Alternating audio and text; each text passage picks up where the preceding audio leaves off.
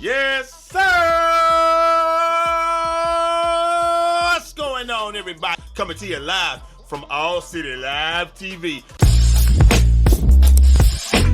Hey, what's up, YouTube? You already know it's All City Live TV, and thank you for tuning in. Today, we're going to be talking about Steady Shooter and whether or not it's a badge that you guys should have equipped. Shout out to Jay-Easy and all of the gym stars out there, because I was watching Jay-Easy, and whenever I want to know anything that's going on in NBA 2K20, I go check out Jay-Easy.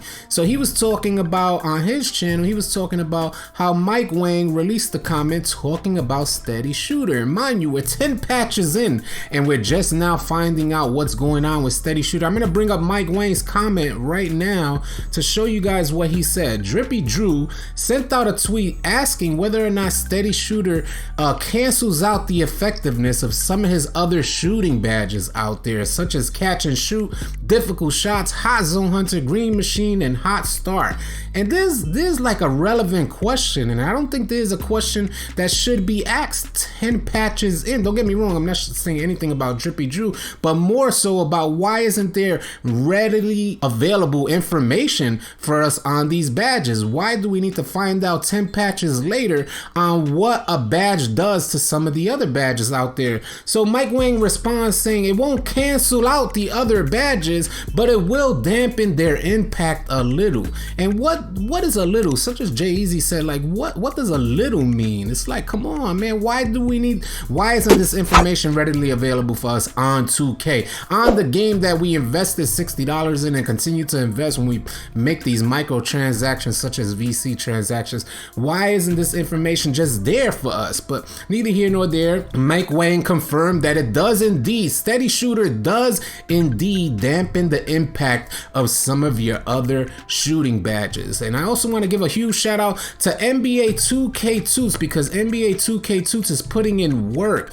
He made a video about Steady Shooter and the penalty that you receive for taking open shots with the Steady Shooter badge. And his video showed that he took 300 shots at each badge level. So from no badge to Hall of Fame, he took 300 shots at each badge level with a 93 point rating and a 75 3-point rating. And what he found out is at a 93 point rating, you would make, say with no badge, you'd make about 55% of your shots.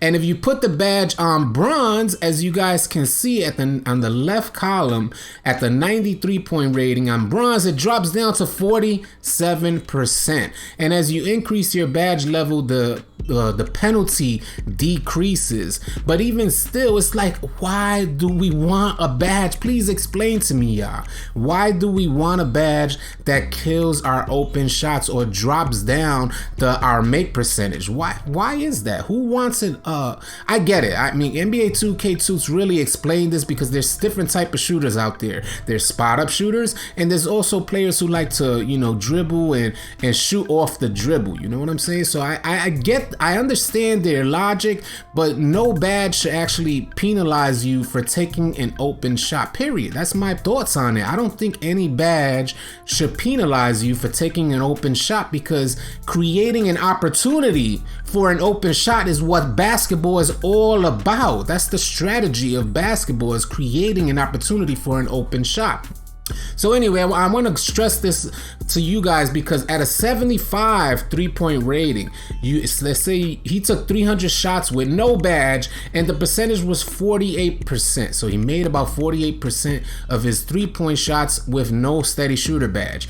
As he put on the badge on bronze, it dropped nearly 10%. As you can see, 39.33, nearly 10%. And as he increased it to Hall of Fame with a 75 3-point rating, it drops at Hall of Fame, it drops nearly 4% there. So you go from 10% on bronze if you equip it with a 75 3-point rating, and it drops to 4% penalty on open shots at the Hall of Fame level with a 75 3-point rating. So imagine if you're below that, you're talking about 5 to 6% drop if you equip Steady Shooter on Hall of Fame. Now, the NBA 2K2s did mention that there are other ways to offset that penalty, such as with badges such as green machine, catch and shoot, and volume shooter. He didn't mention green machine, catch and shoot, but I did want to mention that to you guys so that you can take that into consideration, because you do receive like the green light window increase and also the catch and shoot bonus or boost for your shots.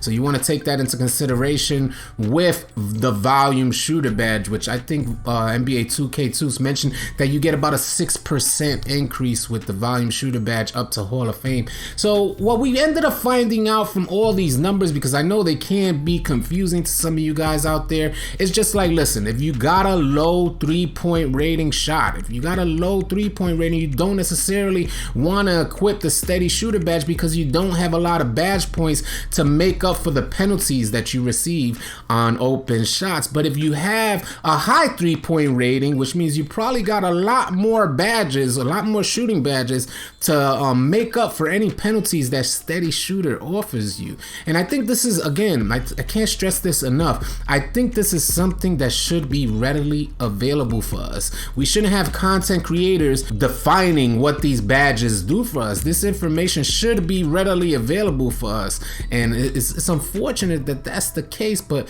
that's where we're at with 2K and their developers. They don't give us the information we need so that we can properly strategize on how to approach the game.